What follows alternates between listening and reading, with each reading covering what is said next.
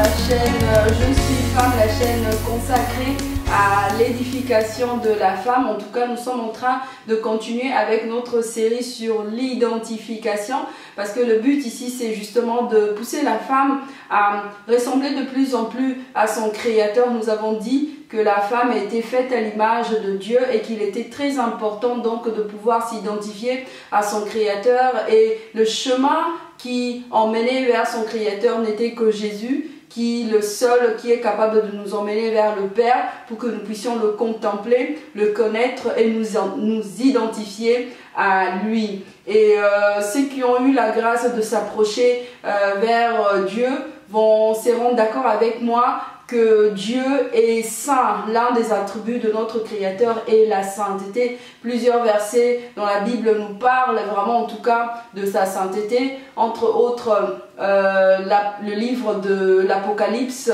au chapitre 4, au verset 8, nous parle de 4 êtres vivants qui jour et nuit n'arrêtent de dire Saint, Saint, Saint est l'Éternel. Dieu est saint, en tout cas dans sa dimension de Père, dans sa dimension de Fils et dans sa dimension de l'Esprit. Vraiment, l'apôtre Jean et le prophète Ésaïe qui ont eu la grâce de voir en vision le trône de Dieu nous a parlé de la sainteté de Dieu qui est sa pureté, qui est sa clarté, qui est sa propreté, qui est sa splendeur que moi, en tant qu'humain, je suis incapable d'expliquer. Mais ce qui est bien dans tout ça, c'est que cette sainteté, il veut la partager avec nous. Cette sainteté, il veut que nous puissions aussi être saints, comme la Bible nous le dit dans 1 Pierre 1 au verset 16, qu'il est écrit « Vous serez saints comme moi je suis saint ». Donc la volonté de Dieu a toujours été que nous puissions être saints. Voilà pourquoi au commencement même que l'Esprit de Dieu habitait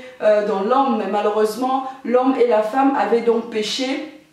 C'est qui avait fait que l'Esprit de Dieu puisse quitter l'homme, parce que l'Esprit de Dieu qui est saint ne pouvait pas habiter dans la saleté, dans l'impureté et dans le péché, ne pouvait pas cohabiter avec le péché, car c'est un esprit saint, car Dieu n'aime pas cohabiter avec ce qui est sale, et ce qui est sale n'a pas le droit de venir cohabiter avec lui. À Moïse même, il va dire ôte tes sandales de ce lieu, ôte tes souliers, car la terre sur laquelle tu te tiens est une terre sainte. Donc Dieu n'aime pas que ce qui est impur puisse l'approcher. Pourtant, être saint, c'est la condition pour pouvoir voir Dieu, c'est la condition pour pouvoir s'approcher de son Créateur. Quoique la Bible nous parle du travail que le sacrificateur faisait autrefois, qui se sanctifiait eux-mêmes, mais qui apportait aussi au lieu très saint le sang des animaux, de taureaux, de boucs, de béliers, pour pouvoir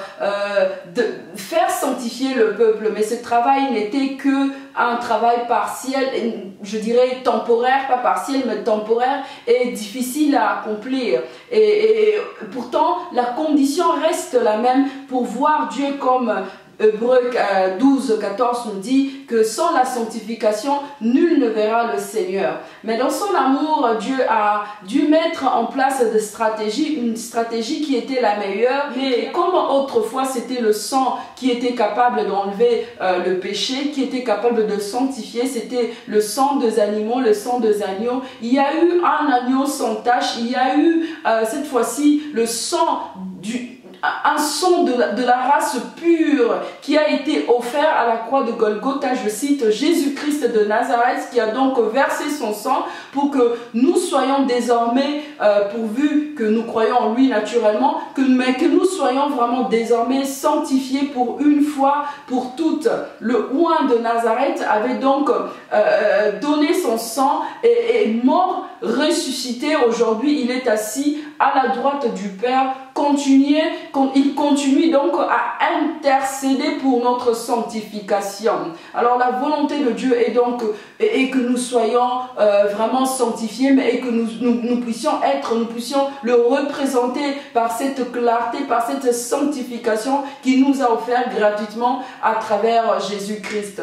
Alors pour finir, je veux vraiment te demander d'aller dans le livre de Éphésiens 5, médite vraiment en tout cas tout le chapitre de Éphésiens 5 pour pouvoir comprendre et saisir les stratégies que tu dois mettre en place afin que tu puisses imiter ton Dieu et surtout manifester sa sainteté, manifester sa pureté, sa clarté, mais avoir aussi cette possibilité de lui approcher sans problème, sans intermédiaire, car Jésus-Christ a déjà donné son sang pour nous une fois pour toutes.